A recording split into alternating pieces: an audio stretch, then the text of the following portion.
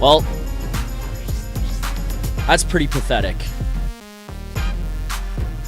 Game 7, Game 6, Game 47, Game 82. I don't give a flying fuck what game of the year it is. That's an absolutely embarrassing effort, especially considering what the hell just happened with your goaltender and your coach publicly calling you out the game before. Like, this is...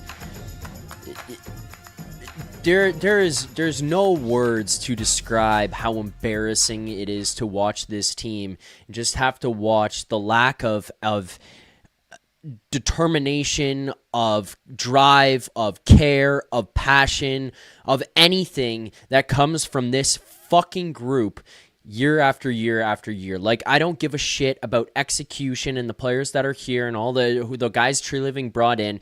Fuck off with that. Like, seriously, who the hell cares at the end of the day who's brought in here and who's not? It does not matter what the pieces around that were brought in were. The core of this group is fucking rotten, and it has been since the day they allowed Marner, Matthews, and Nylander to be the pieces that were going to be the focal point of this group. Those guys were the ones who established this culture here in Toronto. It was fostered and continued to grow by Kyle Dubas and by Sheldon Keefe when they were here. They allowed this to be a thing. The lack of accountability, the lack of responsibility by the players, the fact that they were just put on a pedestal time and time and time again by the general manager, by the front office, by the coaching staff, no matter the failures, no matter the lack of intensity, the lack of effort, any of it. They just continued to be allowed to do whatever they wanted, however they wanted, whenever they wanted. We saw coaching staffs, like one that was on the opposite fucking side of the arena tonight, come out into games where they would just call the guys out after, but somebody in the room was upset that their name was called and they were told how bad they played, so a comment had to be retracted. I don't give a fuck what you're talking about with X's and O's and players that are in that locker room right now. It is the core group of these guys that are fucking rotten and have been the problem with what is going on here. Like, I see comments about it's everybody. No, it's not. The guys around them have changed year after year after year. They've made changes to what was going on with at the trade deadline. They've made changes and tinkered with players in the offseason. They've changed during the season. They've done it all. And at the end of the day, the most consistent piece of all of this has been the main group: Morgan Rielly, Auston Matthews, William Nylander, and Mitch Marner. This is the first year that he's not here, and it's still the same shit. John Tavares, if you want to throw him in there as well, because he's been here for a long time too.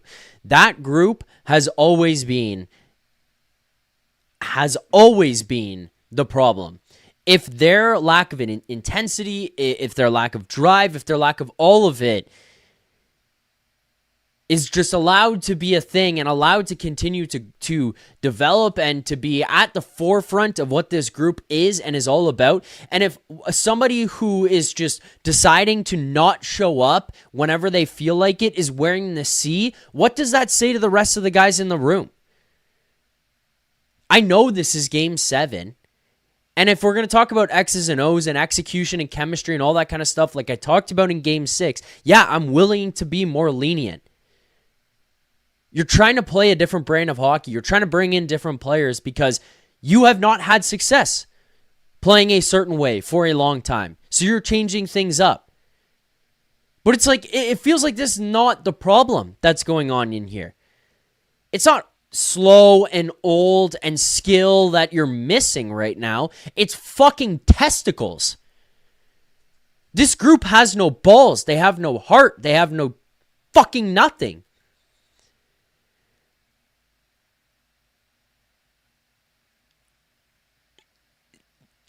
You get called out by your goaltender and you show maybe like 15, maybe 20 if you want to give them the whole first period. You had one period of being like, yeah, we will respond, we'll answer, we'll show up here. And it was like, it still wasn't even that great of a period.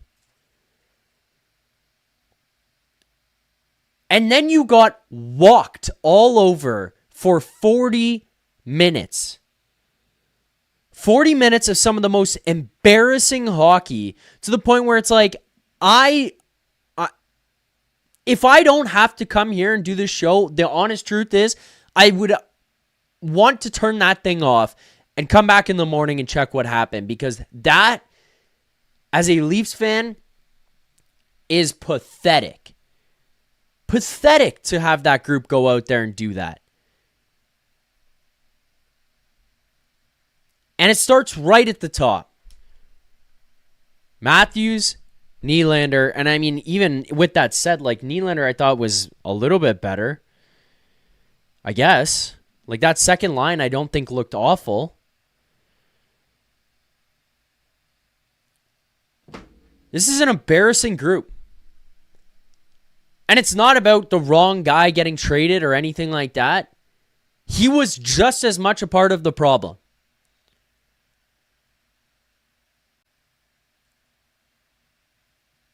It's all of these guys being put together and fostering this culture, this mindset from day one. No accountability. You can do whatever the fuck you want. You want to show up and have no guts and not be interested and have the 1,000-yard stare? Go for it. You're still going to get, let's see. Auston Matthews, 21 minutes and 51 seconds of time on ice. William Nylander, 18:41. John Tavares, 17:40. So sure, they lost a little bit of ice time. They didn't play their normal 19:20. But what's that 1.5 minute off their time gonna do?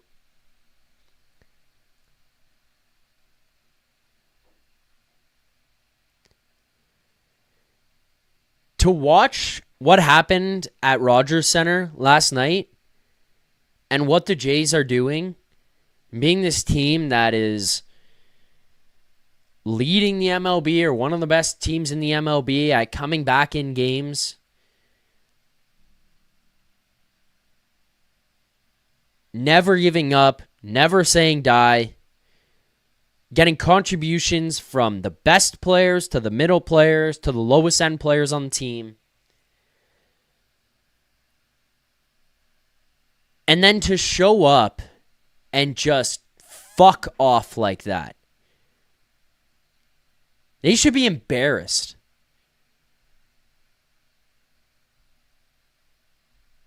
To put on an NHL jersey, let alone the Maple Leafs jersey. To put on an NHL jersey, you should have some pride in yourself every time you step on the ice to at least give 100% effort.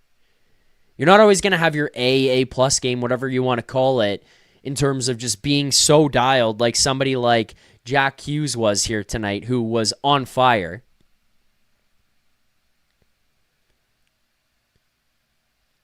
But you can at least go balls to the wall. You can at least give it everything you have every time you go out there.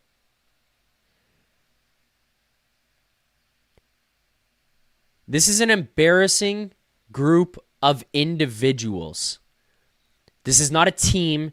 This is a group of individuals wearing the same colored jersey. And I think that this has been exposed as what has been one of the biggest problems they've had year after year after year, and what it comes down to in the playoffs, and one of the main reasons why they don't have as much success. And you see it in every little crevice and crack of the games that are being played to open this season right now. This is not a team. This is not a family. This is not a tight-knit group who's willing to stick. This is a group of individuals all playing hockey on their own.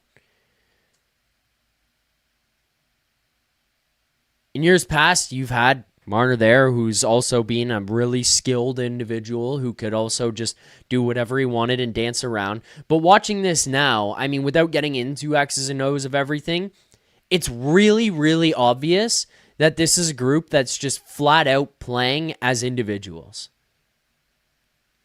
They don't play together. This is not a team game, a team mindset, a team anything that's going on the ice.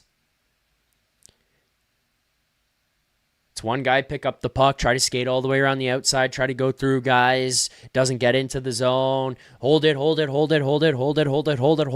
Okay, fuck, I can't do anything here. I guess your turn, iso ball. There's no support on forward checks, no support on back checks, no support in the defensive zone. They don't play as a team. They don't play as a unit. They don't play as a group. Watch the breakouts.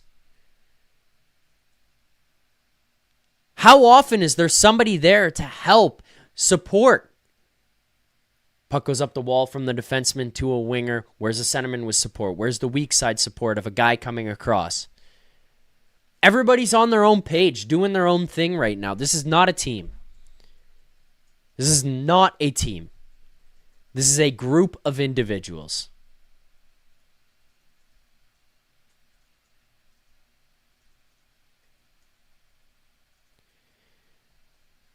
I would love to say that I think that will turn around. I don't think it will. I think this is who they have always been, and I think this is who they will always be. As long as the nucleus of this team is still here and is still considered your leadership group,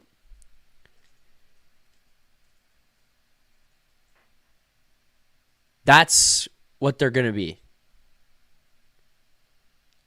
I think execution will change. I think it will turn around. I think this team will still win games. I think this team still will make to the playoffs. I do believe that. I think they have no fucking shot of having any type of success. When those guys are leading this group, you are fucked. I can't believe what like it's 10 years of the same fucking shit, just believing that at some point that will change. They are amazing hockey players. They don't have what it takes to go to that next level, that next gear, to push a team over the top and to actually win when it matters. They just don't. I'm not willing to throw blame on the team that's constructed by tree leaving. Right now, I saw an early Fire Berube comment. I mean, I'm not even willing to do that. Like, that's just letting guys off the hook. It's letting guys off the hook.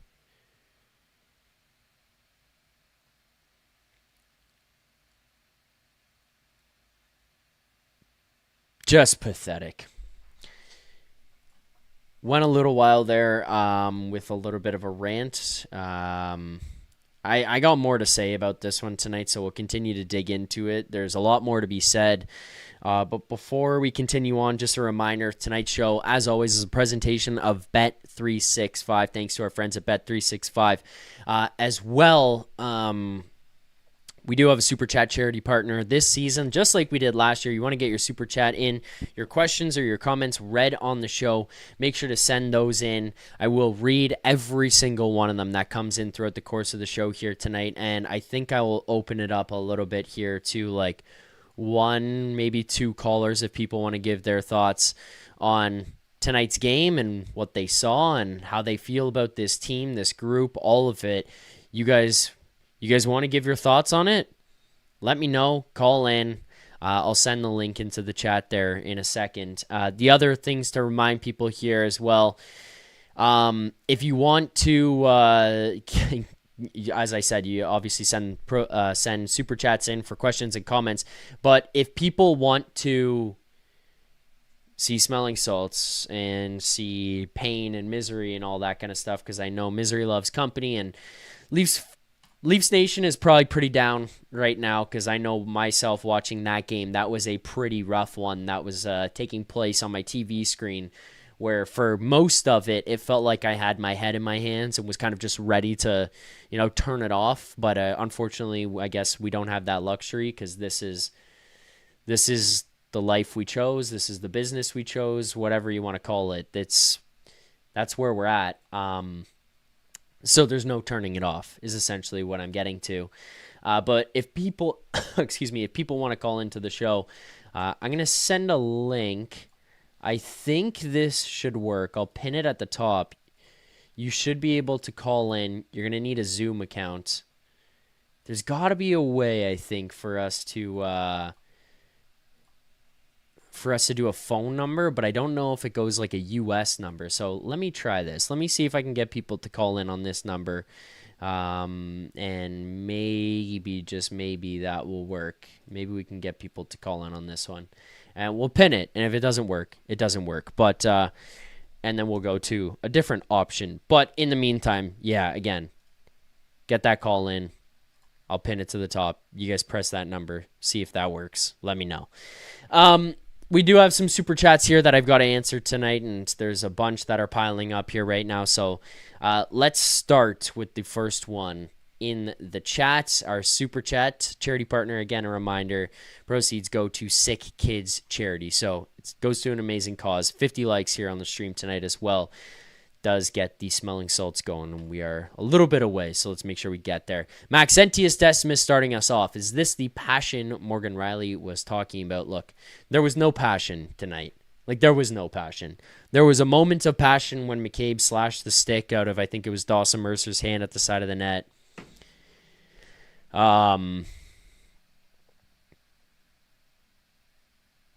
There was a little bit of passion when Dakota Joshua was taking off helmets.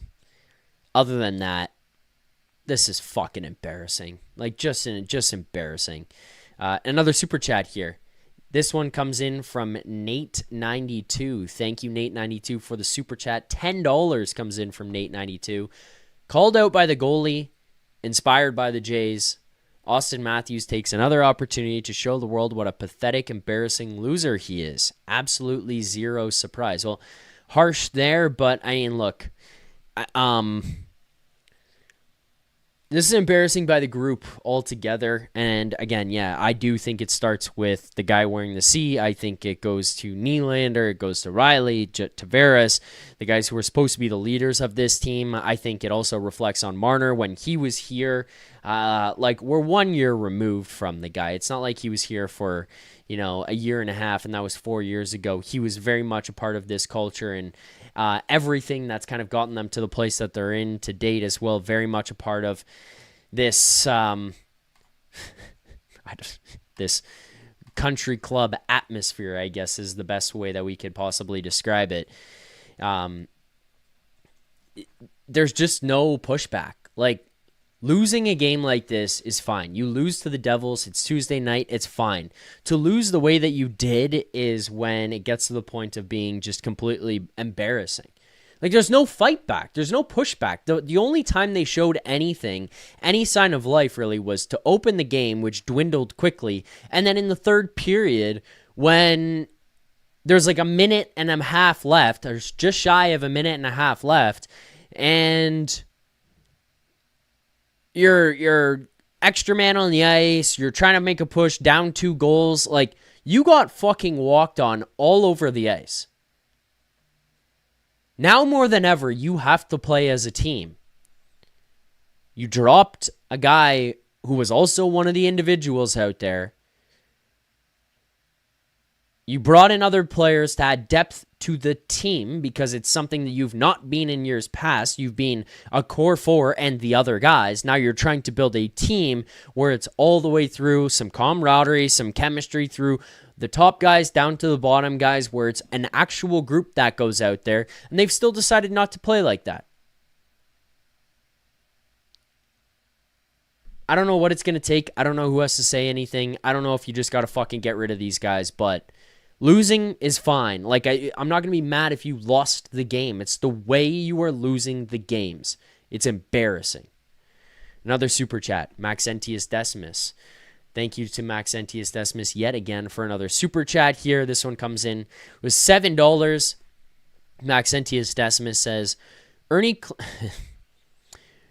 Ernie Clement has more spunk in his left nut than the whole Leafs team. Can we get him on some skates, please? 34 should have his Guerrero jersey taken away. Yeah, look, I mean, to watch what happened last night, Vladdy walking in with the Auston Matthews jersey into Game 7, nonetheless, which I'm pretty sure had the entire city of Toronto collectively shitting themselves seeing that happen, knowing, okay, Game 7, opportunity to get to the World Series, and the best player on our team has shown up wearing the jersey of a player whose team and him himself has historically no-showed Game 7s. I think we all sat there and said, we are fucked. Ends up not being the case. I thought Vladdy was good. The team was amazing. They don't give up. And they're off to the World Series. When they didn't give up. Down in a game. Late in the game. And you think, okay, the curse is lifted. Maybe they've got it. Maybe something will be sparked in Auston Matthews here.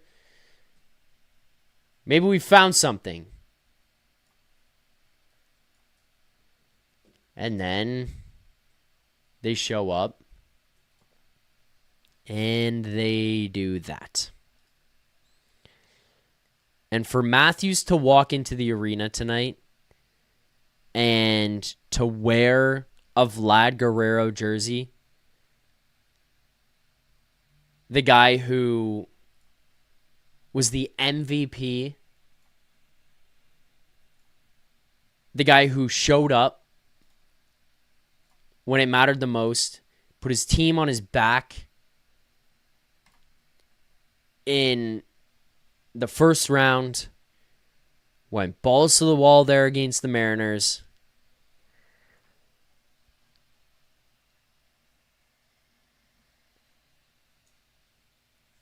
And then you wear his jersey and disappear like that.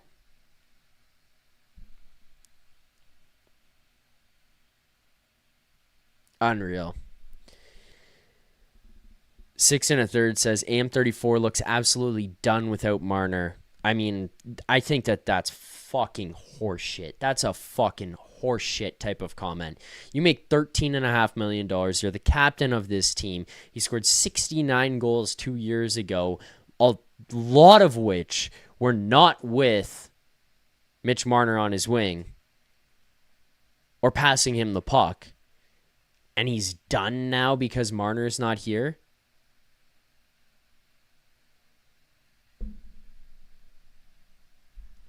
Horseshit comment.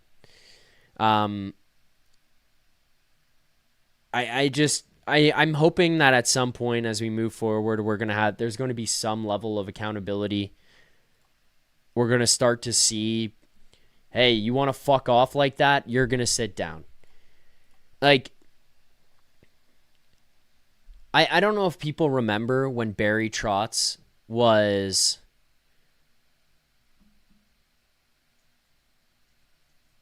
the first arriving in Washington. But he came in and basically was like, we are not going to play this way. We are going to change the way we play and approach the game, and everyone's going to buy into this.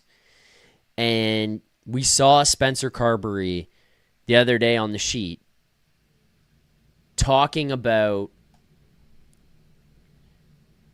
how Ovi and Dylan Strome and every guy, whether the biggest player on their team or the smallest players on their team, have committed to going to the dirty areas to compete, to win games, and just what it takes to buy in.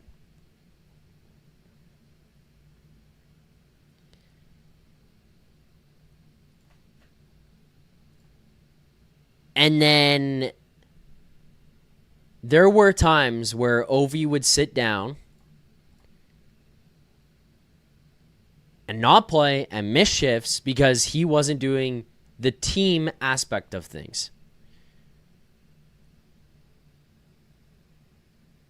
I can't imagine watching these guys go out there like they are right now over and over and over again. And just saying, yeah, no problem. Keep your minutes. Keep going on the ice. There's just no accountability.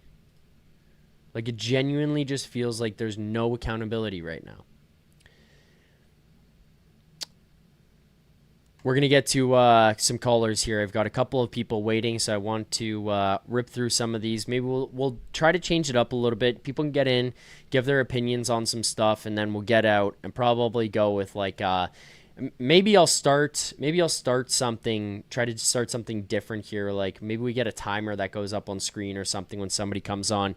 You get 5 hot minutes on the show or 3 hot minutes or something like that to bang out your ideas, and let's test it out. So we'll get the timer going here, and obviously we'll wait until we get the person on for the first time just to make sure everything's working. We don't cut into their time too quickly, but let's get to our first caller of the day. Let's welcome to the show a guy who called in the other day actually as well. Welcome on in, Raf. Raf, how's it going tonight? Oh, it's absolutely... Can anybody hear me? Yeah, I got you there. Oh, it's absolutely horrible tonight, man. What the hell was that effort against the Devils tonight? They look like the better team out there. It was horrible. And what's up with Matthews? I wonder if he's still playing injured or something.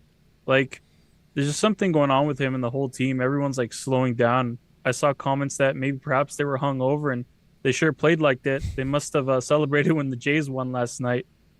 Man, and it's like, what the hell?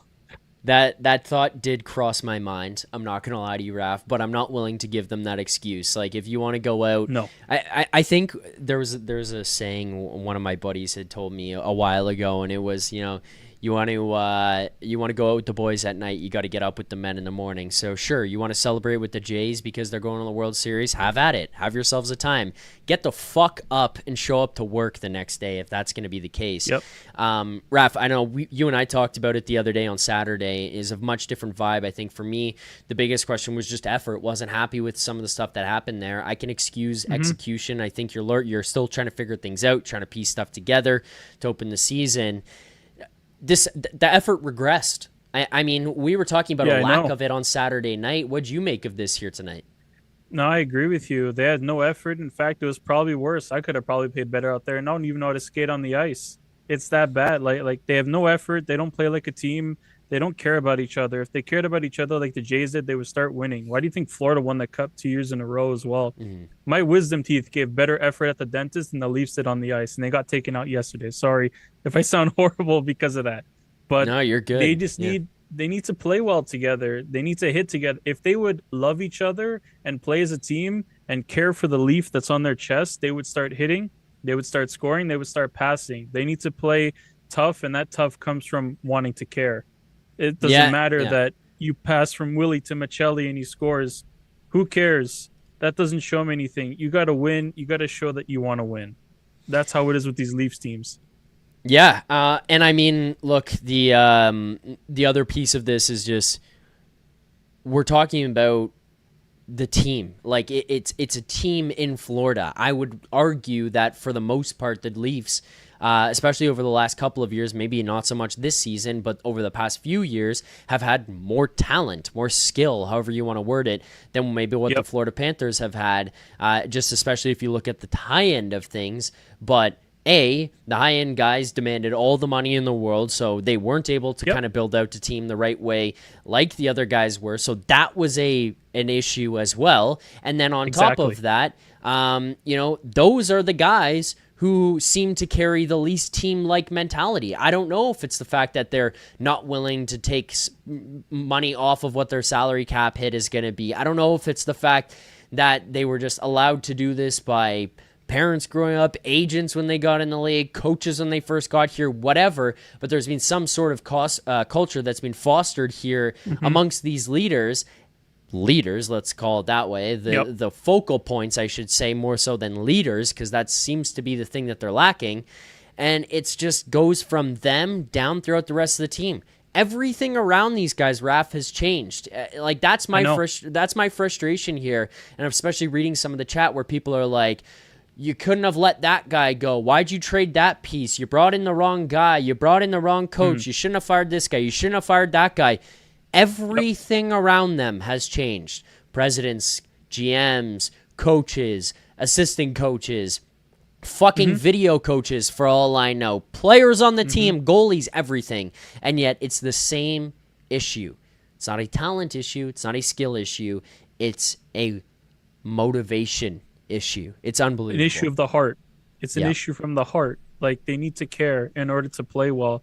People blamed it a long time on Marner, and maybe we thought he was the problem, but it turns out they just do the same thing every year. It's not Mitch Marner. It's the fact that they just don't care. Maybe it was the way they were brought up through the team to just like coast and not care, but they really need to get a grip on it and start playing like men instead of playing like, a bunch of juniors against like veteran NHLers. Like, the fact that you got Luke and Jack Hughes and Timo Meier and all these guys just playing their hearts out against the Leafs, Nico Hischier, not Timo Meier, whatever.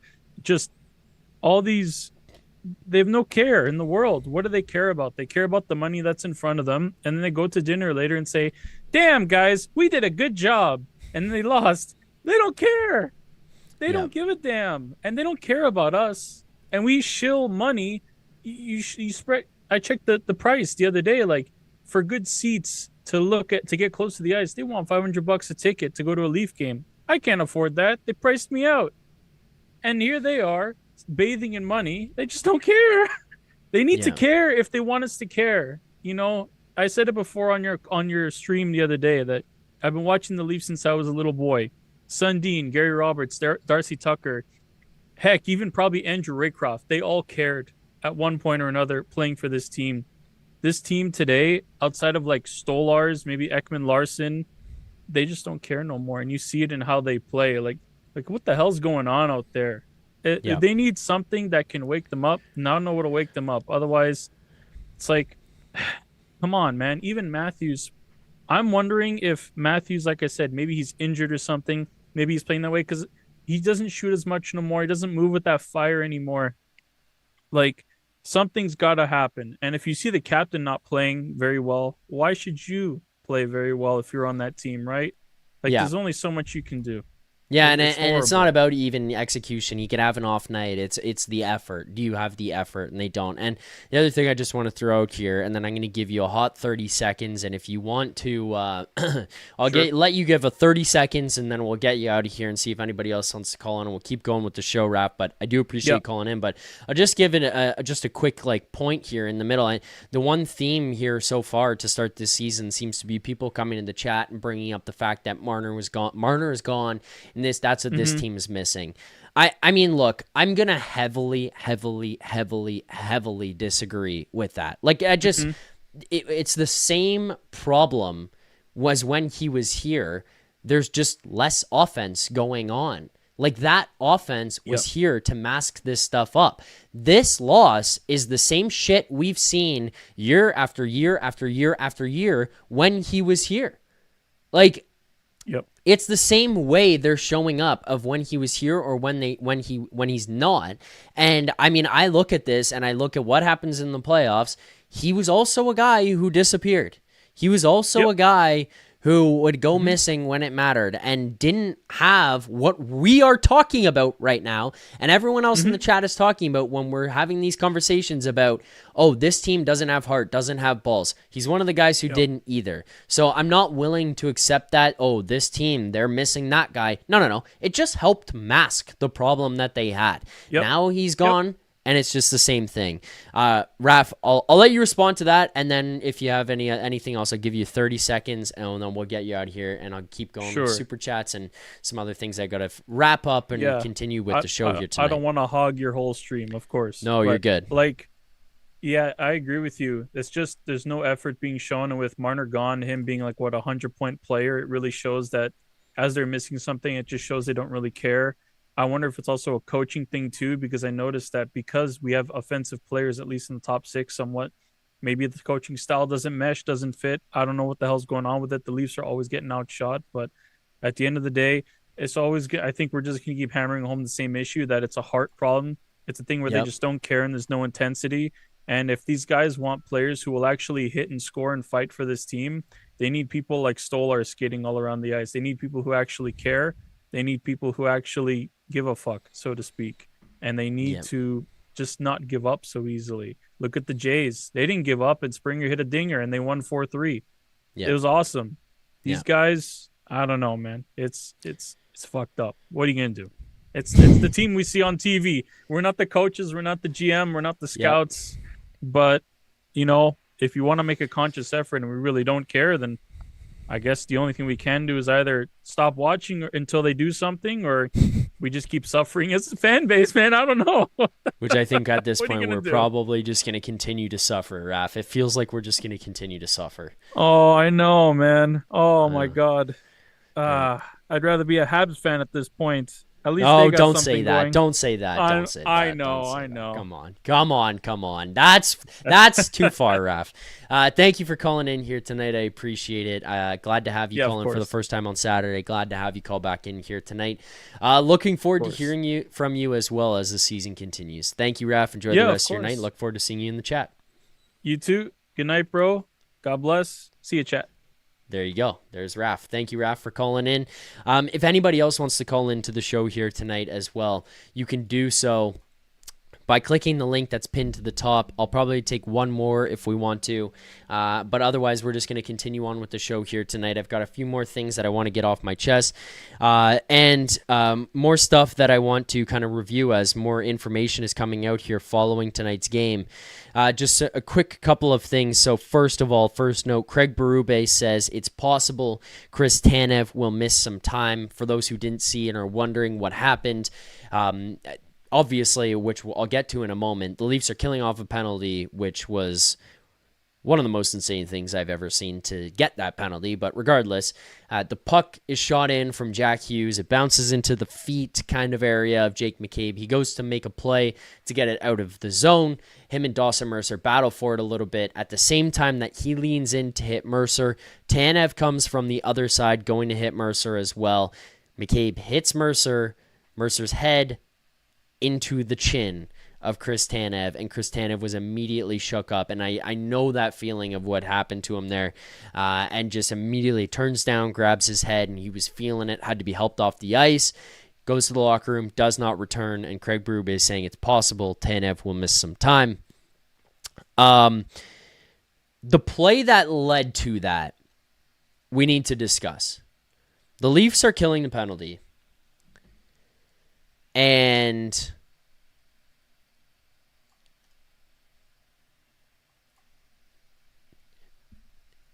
that might have been the worst coaching challenge I've ever seen in my entire life. It might be the worst coaching challenge I've seen in the history of the NHL. I cannot even begin to wrap my head around what went through the minds of Berube and Savard and the video coaching team, who, by the way, I think do an amazing job. I'm not trying to shit on them in general. I think that they've done a fantastic job since basically in the entire Matthews era. You look at the success rate of their challenges, they have been unbelievable. That challenge might be the worst challenge I've ever seen in the history of hockey. I cannot believe they challenged that play. Going to the front of the net, fighting for space, having a Leafs defenseman, Chris Tanev, pushing, I believe it was Palat at that point in front of the net, who's trying to establish himself at the top of the blue paint, a little bit in it, but not touching Stolarz. And then Tanev battling for space just kind of pushes him more into the line of sight for Anthony Stolarz, taking up space in the blue paint. Stolarz never touches him. There is no contact. There is no interfering. There is no stopping Stolarz from being able to get in front of the puck and make the save. None of it. And they challenged that. This team stinks in the second period. They were already down or giving up that goal immediately into the second. You challenge that play. You send your team to the penalty kill. Tanev gets hurt, leaves the game on said penalty kill, and then the Devils score and you are down 2-1. You stink in the second period. To have to put your team in a position to bail you out on a penalty kill in the second period when you stink in the second period is unbelievable. I feel like I have only seen this Leafs team challenge and lose challenges on ones that are just close, but not quite enough. Okay, yeah, you just missed it. It was almost there, didn't get it, whatever. Questionable. To have that challenge where I couldn't even begin to understand what, like, the thought, like, watching that, I just immediately thought, no, that's a goal. Like, wait, why would you challenge this? They said on the broadcast, I'm sitting there watching, they say on the broadcast, they might be challenging this one. Oh, Mark Savard's on the earphone. I'm like, why? What are they challenging? Where's the challenge? Who are you challenging? What are you challenging? There's no contact. There's no touching. His foot is in the blue paint, not touching the goaltender. The Leafs defenseman is pushing him in there. And then now you're down 2-1. Quickly into the second period. Losing a guy. Like, unreal. And, I mean, the answer here is... Craig Berube was asked about it after the game on why they challenged for goalie interference. We thought he's in a blue paint. Our goalie couldn't get position. So, but yeah, that's why. I mean, I just flat out disagree with that. I don't see how the positioning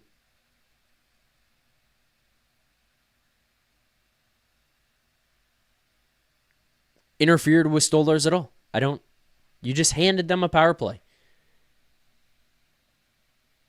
You're getting your shit kicked to open the period, and then you say, here is a power play. Like, if I legitimately had to put a percentage on what I thought they would do, like, of likelihood of them calling goalie interference, I would have maybe had it at, like, 2%. Seriously, 2%, maybe. What the fuck? That was unreal. And I think the video team here is unreal in Toronto. I cannot believe that call. Okay, we got a couple more callers here. We'll keep them tight. So let's go to the first caller that we've got on the line. Let's welcome to the show here our guy Alex A. Alex, how you doing tonight, brother? I'm all right. How are you, Zach? Not good, man. Not good. This is a tough one. It's just, again, I'll reiterate it. I've said it numerous times, Alex, but executing, sure, whatever. I feel like we're going to see the team look different, feel different, whatever. I mean, you remember back to last season when all these people, you know, some of the numbers community especially would be like, well, they're not as fun to watch anymore. I enjoyed when they would lose in the first round, but they put up 110 points in the regular season. And then I was like, the season picked up. They figured out how to play under Berube's style, and they got it going. And they had a slow start, and, you know, rightfully so, they got called out for it early. But it was like, wow, this is a little aggressive, saying that this team is done, they're cooked, that they're fucked. And then it's like, okay, yeah, they figured it out. And then they get to the second round, they make it to Game 7 against the Florida Panthers. Like, They did get to that point. They made it there. We're watching a different brand of hockey for sure. And I can at least allow myself to say, hey, that's okay. We can work through some stuff, some growing pains. But then watching a pathetic, like, I want to say effort, but saying effort is just like a disservice to the word effort. Like, it's not even like a lack of effort. It was non-existent. It wasn't a lack of.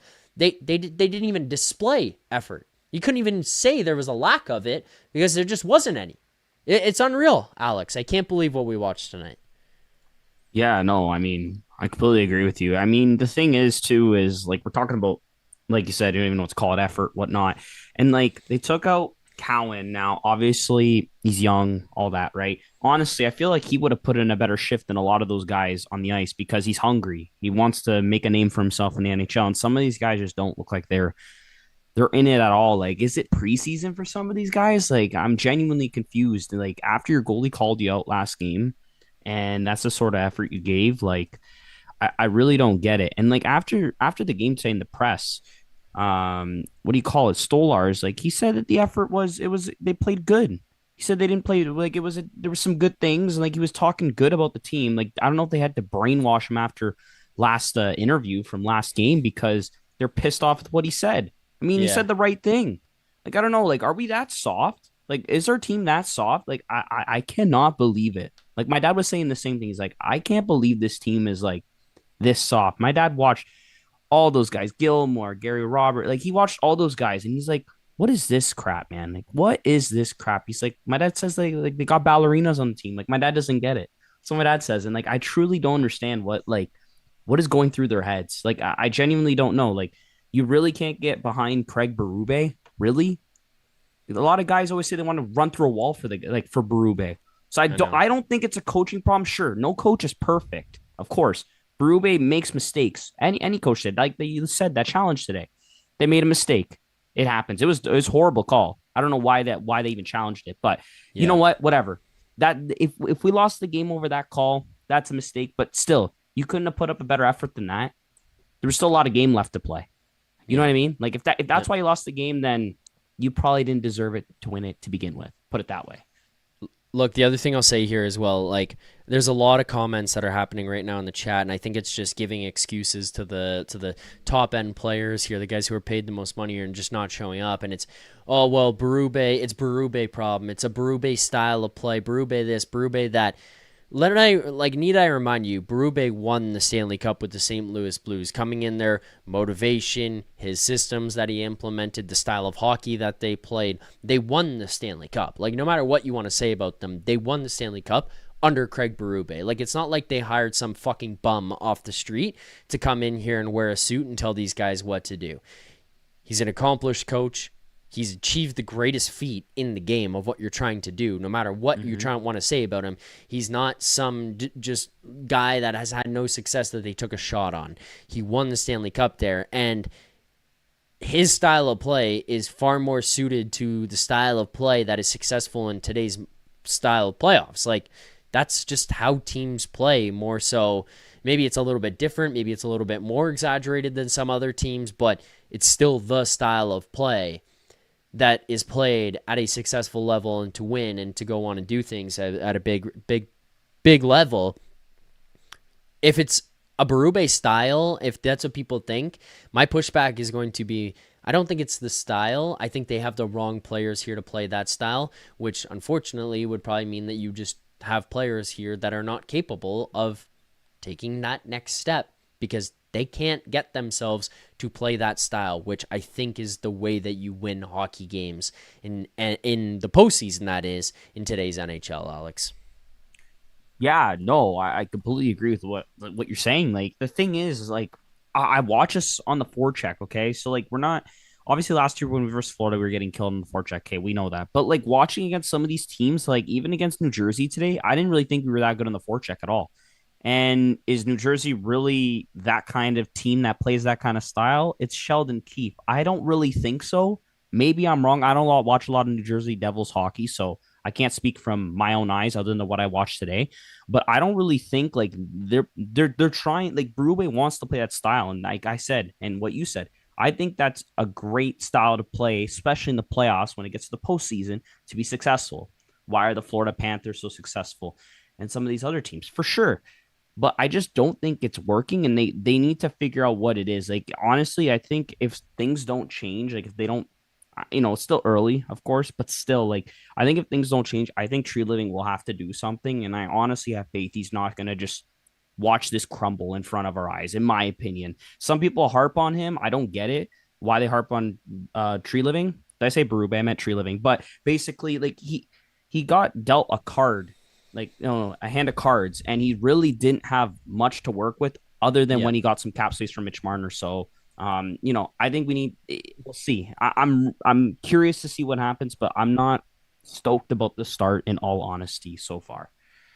Alex, I'm going to get one more thought out of you here before I let you go, and then we'll get to our next caller, and I think people might be pumped up to see our next caller. We also have a little bit of housekeeping here to do as the stream continues on as well. But Alex, final thought before I let you go here on the stream tonight. Again, appreciate you calling in tonight as you did the other night as well. Anybody else, whoever wants to call in the future, I'm going to shut it down after our next caller who's waiting. So if they're in the back room there, then they can... You just wait. We'll get to you. But Alex, final thoughts here tonight. Yeah, I think just have some faith. Basically, we just need to. That's really it. I'm just hopeful with Tree Living and the management that they'll hopefully do something. Like you said earlier, I was listening with you, a previous caller. That the thing is, they switched management. They switched everything. So I think they got to be on a thinner leash than they were before. Not management, but the players, because we're seeing time after time, Mitch Marner's gone, so we can't, have him as the whipping boy anymore. So it goes on to these guys, and it's not just Mitch Marner because he's gone. So now it's Matthews, Nylander. I can't even blame Tavares because I think he's been good for what he's demanding money wise, and I think he's provided enough. Can he be better? Sure. But I don't think he's the problem. Stolarz has been really good for what we need. So I think we just need to, have some faith. But I don't know. I'm not super optimistic right now. But the only optimism I have is it's early. So hopefully as time goes on, things do improve. So that's all I got to really say. Fair enough. Alex, thank you for calling in here tonight. I appreciate it. You enjoy the rest of your night, and I look forward to hearing from you again, hopefully in the near future, maybe on Friday night, potentially. Yeah, would love to be back. Have a good one, Zach. Appreciate it. All right. Thanks, Alex. Appreciate it as always. There you go. Alex A jumping on. We've got one more caller that we're going to get to. Before we get there, there's a couple things that I got to do. Some housekeeping stuff here on the show tonight before we get to our final caller, and I think it'll be one that people will enjoy. At least the segment itself has always been one that has been fun. Before we get to that, just a reminder, 50 likes here on the stream tonight means we do the smelling salts. Every set of 50, 100, 150, 200, whatever it is. We do the smelling salts here on the show. We do a fresh batch basically this year, so we are going to motor through these things. This could potentially be a year of pain. Let's call it what it is. Could potentially be a year of pain. Thanks for liking. 50 likes at 100. We do it again. That's just how this works. Thank you. Here's the smelling salts.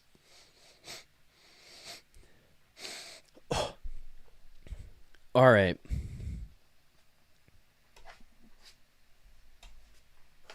Oh, there's the smelling salts. We're going to get to our next caller here in just a second. Before we do, this caller is presented or brought to you by our friends at of Uber Eats. Is stat of the day. We'll break some stuff down here. Take a look at the box score with them. Uber Eats is enabling fans to maximize their fandom all season long with exclusive game day deals on the app, from game day eats to paper plates and napkins if you're hosting, to all the ingredients you need to make your favorite game day dip. Every time the Leafs are playing at home, you can get these exclusive deals in Toronto only on Uber Eats. Firehouse Subs, Kibo Sushis, Shelby Shawarma. You got the traditional wrap, California Roll BOGO, and the Brisket Hat Trick BOGO at the respective places. But before, during, and after the game, Uber Eats is assisting every fan's hockey experience all season long. I am a huge fan of Firehouse Subs. I got one right near me here. I love a Firehouse Subs. All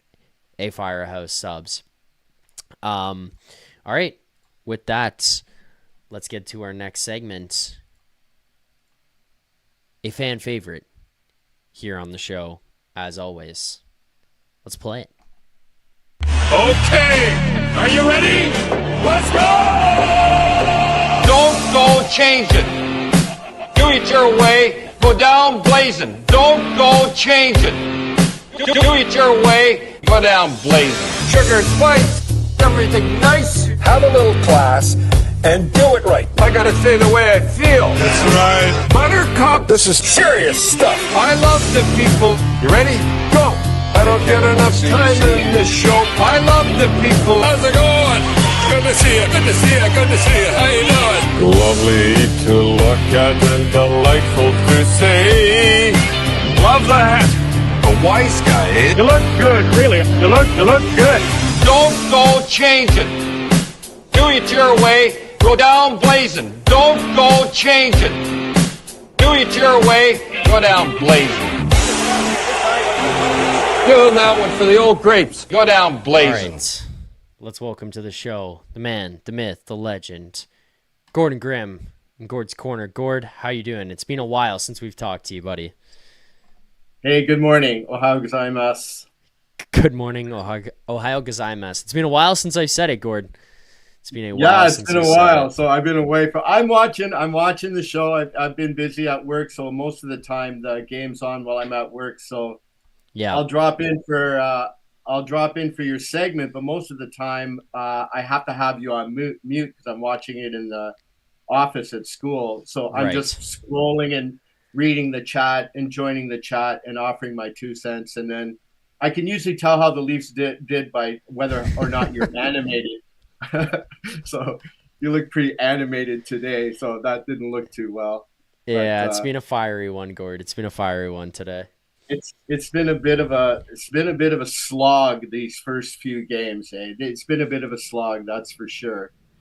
Yeah, and I don't know if you agree with me or not there on it as well of where I'm at, but just I'm okay with some of the execution and stuff not quite being there right now. Like I understand we're working through some things.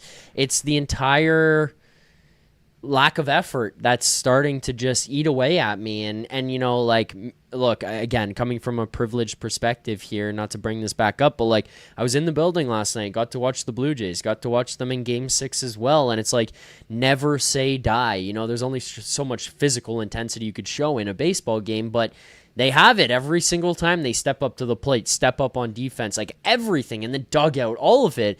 And then we flip over the next night, I watch this team, and it's like, I don't know, it's like half putting me to sleep and half making me want to like light candles and lay and get in like the shower and just cry. Like I'm like, I can't believe what I'm watching. This is depressing stuff.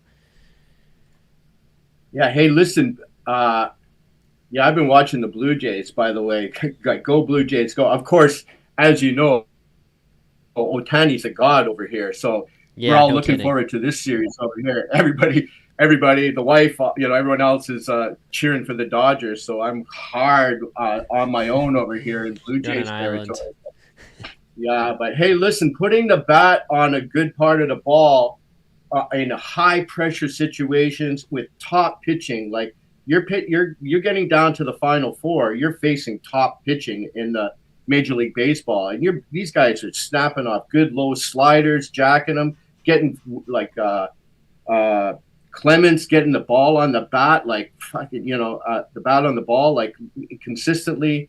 Those double plays in key situations, not easy double plays either. I mean, Guerrero, insane with the defense as well as the bat. I mean, just pressure situations and not folding on the pressure situation, but meeting them with purpose and intent, and that kind of thing is inspiring. Great to see the Jays doing well. But yeah, getting back to your point, 100%, I agree with you. Like up to this point, I mean, what it's hard to tell what the Leafs' identity is. I mean, they lack cohesion. Yeah. Their breakouts are disconnected. I heard the other day on TSN that they have the lowest cycle chances in the league. So you have a team that has the lowest cycle chances, and they're meant to be a north team, as Berube keeps insisting. We want to go north. We want to go north. We want to go north. You got a team that supposedly wants to go north, but they don't drive center ice. They don't get to center ice. So you're not getting to center ice, and you have the lowest cycle chances, which is where the periphery is. So you're not driving center ice. You're not getting nothing out of the periphery, which is where you play most of your game. What is the issue. And the issue is you're not getting inside. No one's getting inside on the cycle. They're cycling. They're not getting the puck inside. And that goes to what you're talking about is effort. You got to drive. You got to really drive. You got to, take some contact and so forth. You got to make an effort to drive that puck inside and battle. And they're not doing it. They're just that effort, the lack of cohesion, the lack of effort. I mean, the NHL is remarkable for its parity. Let's face it. Everybody's good. Everybody's good.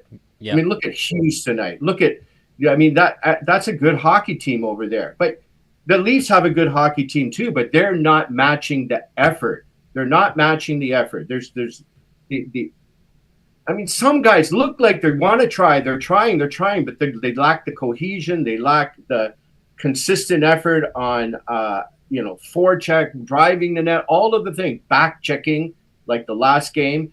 The back checking was an issue. It caused them and their offense, there's like little to no cohesion. They're getting the odd chance from some, scattered play where, their skill can take over, like Nylander's game-winning assist the other night, or the Machelli goal tonight, where you just get a quick turnover and then their high skill can make something out of a play. But basically, that's their offense. There's no sustained effort. There's no unity. There's no cohesion. There seems to be very little identity.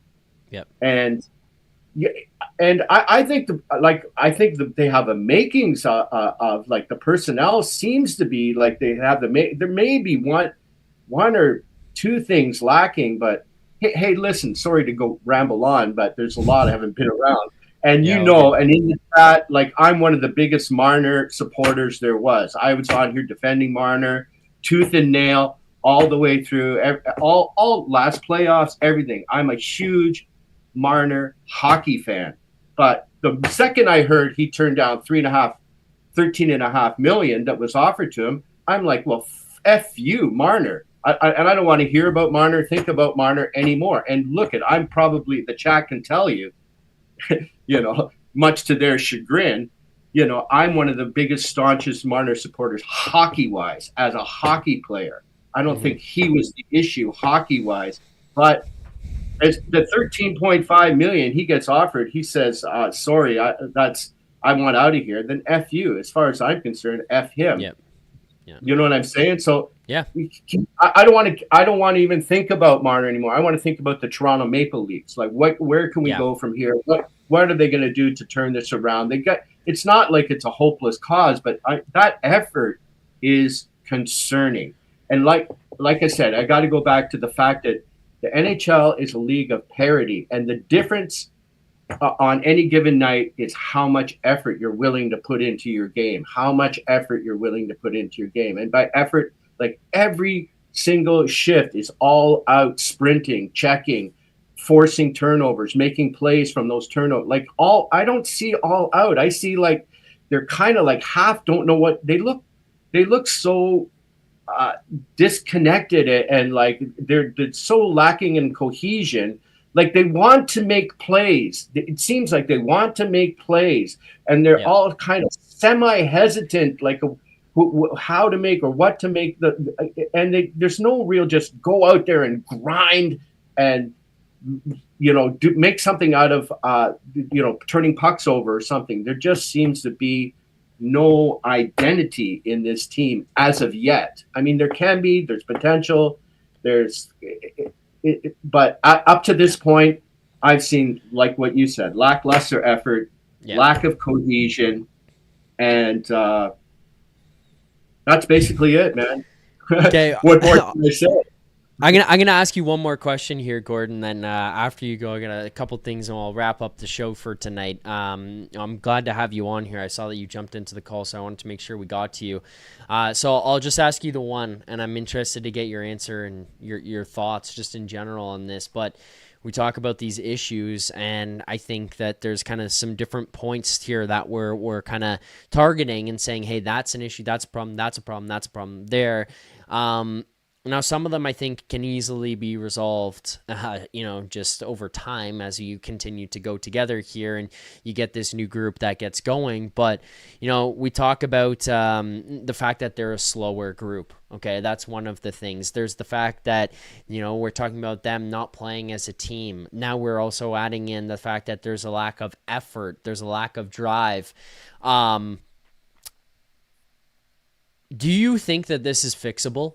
Do you think that one thing then fixes the next and fixes the next? Do you think it's possible that you fix only one and other issues remain? Like, where are you at in terms of fixing these things? Is this fixable? Does this team turn things around? Like, or are we just a lost cause, Gord? Well, it's hard to say at this point. So what I would like to see is I want to see Lawton back in the lineup. Lawton seemed to have a great camp. He seemed to be turned things around from last year. He plays with a little snarl, and he's got a little bitch in his game. Like this guy hates to lose. Like I don't think there's enough guys. Of course, nobody likes to lose, but absolutely hates to lose. Absolutely hates to lose, and will run a stick across your teeth and cross-check you in the teeth for a loose puck. Like that kind of guy is the kind of guy Lawton is, right? So you insert Lawton into the lineup. Hopefully, somewhere down the line, they can pick up another winger, and that winger has got to be more Matthew Nyes than William Nylander. So he's got to have some snarl and aggressive and don't quit on a play and physicality and drive center ice kind of. And I think if you insert those two things into the lineup, I think it would make a difference. How much of a difference? I don't know, because other guys got to get on board.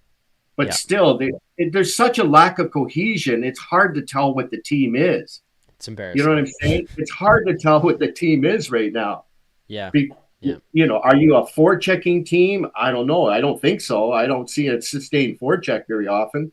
Are you a cycle team? Well, according to TSN, they're among the league's lowest cycle chances. So, are you a rush team?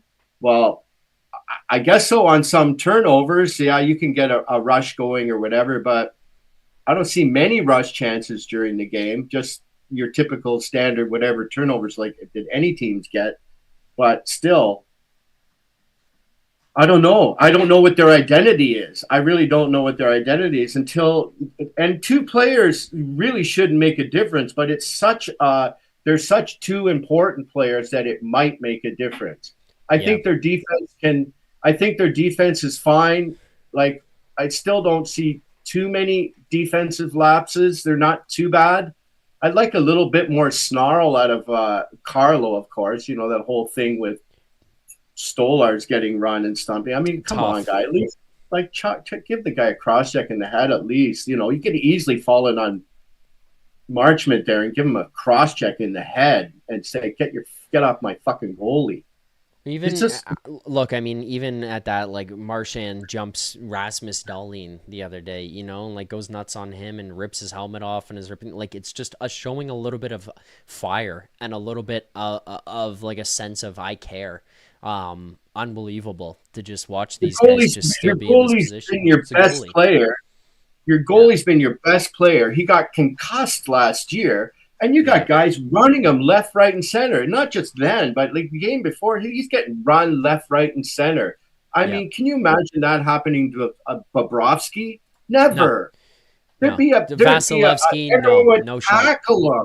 Yeah. They would tackle him. It's immediately the fists would be flying, guy. Yeah. And I don't like this. But Toronto's not like that. Well, that's the problem.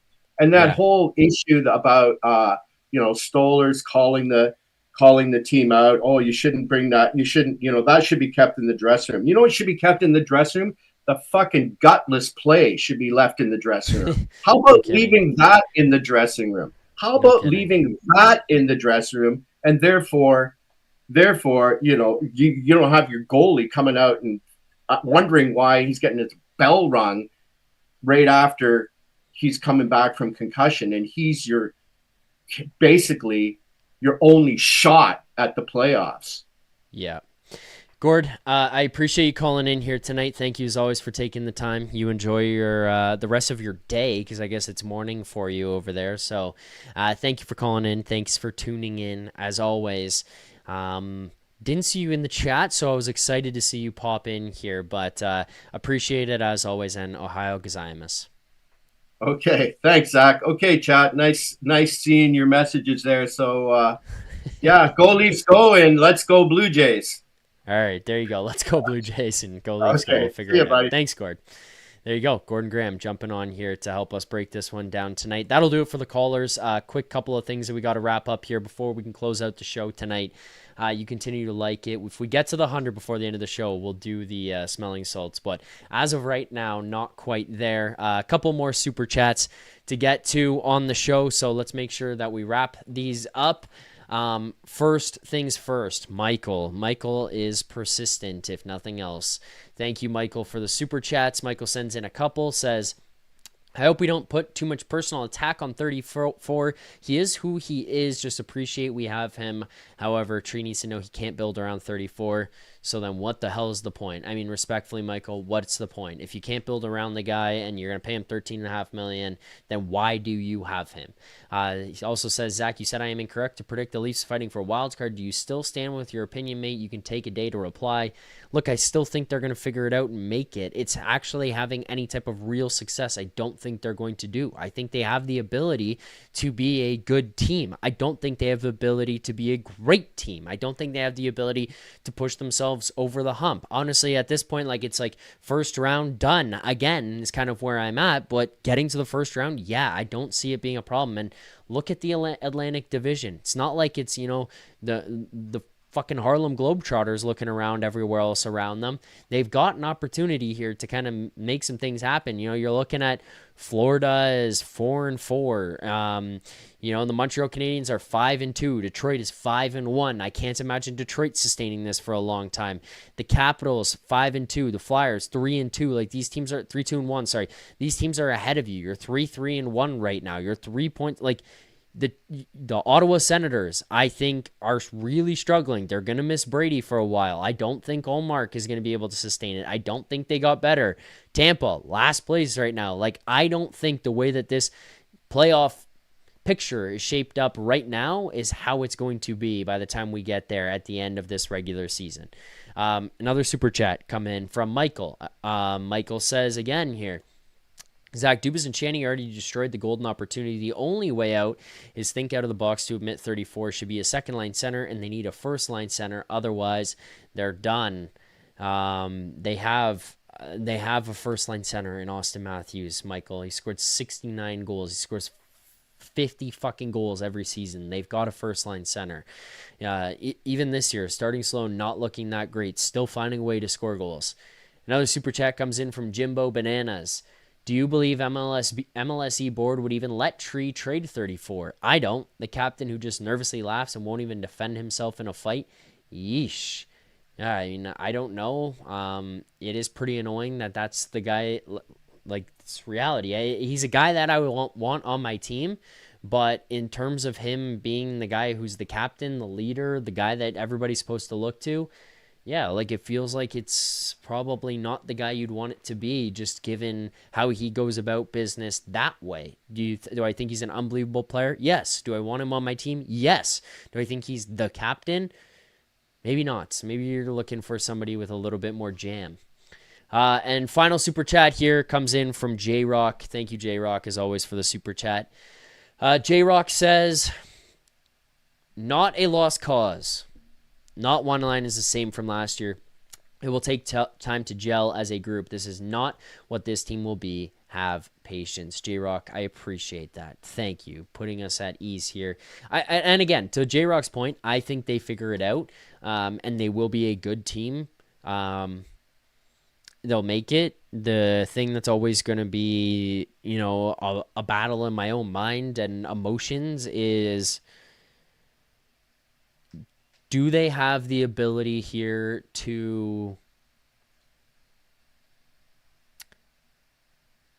change their mental makeup? And reality is, right now, I just don't think they do. So unless you bring in somebody else, I don't think you do. I think getting rid of Nazem Kadri, I think letting the inmates run the asylum after that, I'm not saying Babcock was the solution, but it was like Mitch didn't like what he said to him, so he was gone. And like, I understand that it was a little bit over the line, but then it was like followed up by, I'm going to get this much money. We will sign them.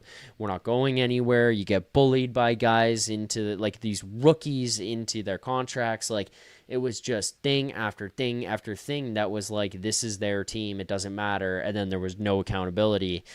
You look at those guys that were just warriors, they're gone. Okay. That's all for those. Let's get to our best bet segment of the night. Best bet is a presentation of Bet365. Thank you to our friends at Bet365. As always, this one is quick and easy. Whatever your bet is, it's never ordinary at Bet365. Download the app and get in on the game. Use the code NATION, NATION. That's code NATION, Bet365. Must be 19 or older, Ontario only. Please play responsibly. Okay, best bets. Look, this is a miserable night here, so just keeping it quick and simple. Nyes, anytime goal, lost half unit. Nylander, anytime goal, lost half unit. Lose a full unit basically on the night. Well, not basically, actually on the night here tonight. That's $100 gone. We did go into the night profiting $193 on the season, so we are now only up 93.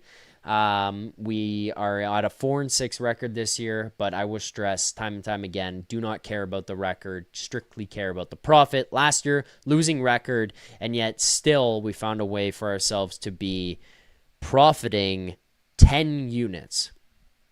If you bet every bet that I had last year, and you bet it for the same amount, you would have profited $1,023, I believe was the final score at the end of last year.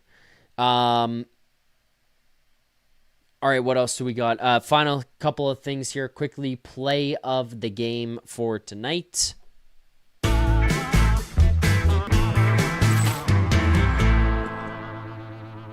Play of the game for tonight for me is simple. Play of the game is going to be the Michelli goal. Look, great stretch pass by OEL to hit Tavares in the middle. Gives a nice little chip pass through to Nylander, who then buzzes in on the 2-on-1 with Michelli, brings the defenseman all the way across, brings the goaltender all the way across, biting on it, and then dishes that one across to Michelli, who ends up burying.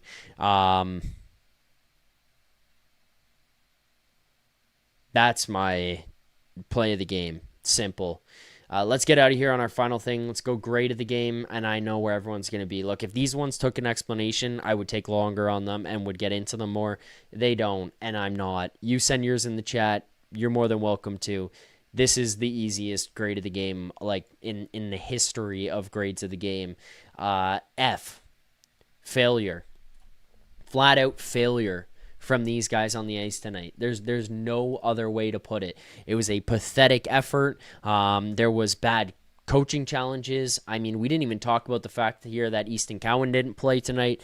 Like, we're watching a first line that's not good enough. You watch Max Domi go on there, not good enough with him. I thought Easton Cowan at least had some fucking life to him, and he's taken out of the lineup tonight. Calle Yarncroke, even Steven Lorentz, nothing burgers here. Nick Robertson, nothing for me tonight. Dakota Joshua, nothing for me tonight. It's a lack of intensity, lack of effort, lack of all of it. Lack of anything, any adjective that describes like working hard or caring, it's not even a lack of, they just didn't have it. And, maybe that changes as we go forward, and I'm not going to say it's the end of the world on this team, but watching a game like that is absolutely infuriating. Like, they just showed up to the rink and put their gear on. That's basically what they did. Thanks for having us. Let's get out of here. Guess we'll go to Buffalo on Friday. I don't know why that's the case, what led to this, but this has been a string of pathetic efforts. It starts with your highest paid players who have just failed to show up on a consistent basis from one period to the next all the way through. And it is trickling down through the rest of these guys where they are just going through the motions and look like they're out for a Sunday skate. This is a pathetic effort from this group right now, and just quite frankly is just not good enough. And if you want to continue down this path, yeah, sure. Playoffs? We're talking about playoffs? I don't even know that you get to playoffs. I think they do figure it out.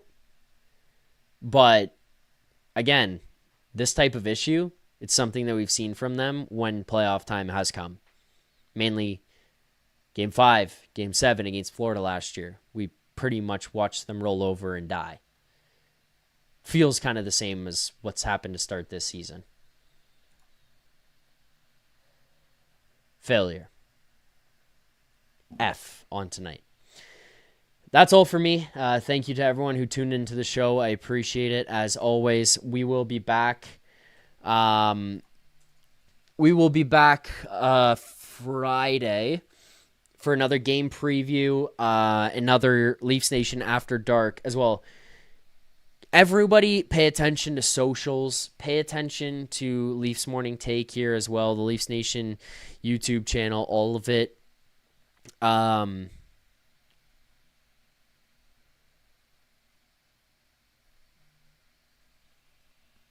I think that the games this weekend are going to get moved.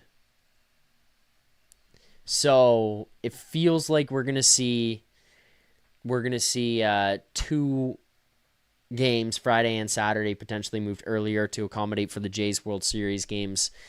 I kind of like that, but we don't know for sure that it is happening or when it's happening, so we'll figure that out. But you can expect to find it here on the Leafs Nation YouTube channel, right here, Leafs Nation 401. Quick reminder to people, if this wasn't enough of me and my thoughts, tomorrow morning I'm back with Nick Alberga to help break this one down, co-hosting on Leafs Morning Take, myself and Nick, and we will be joined by Frankie Corrado to help us tomorrow. Maybe Frankie Corrado can talk some sense into us and say, hey, you know what, it's all good. Or maybe it will just push us further off the cliff. You got to tune in tomorrow morning to find out. Thank you all for watching. We'll see you guys then at 11 a.m. Eastern Time right here for Leafs Morning Take. Thanks for watching. And as always, no matter how hard it may be, keep believing. For more content just like this, including game previews, post-game live shows, Leafs Morning Take, Monday through Friday with Nick Alberga and Jay Rosehill with special guests, as well as instant reaction videos. Make sure to subscribe here to the Leafs Nation YouTube channel. Turn on notifications so you don't miss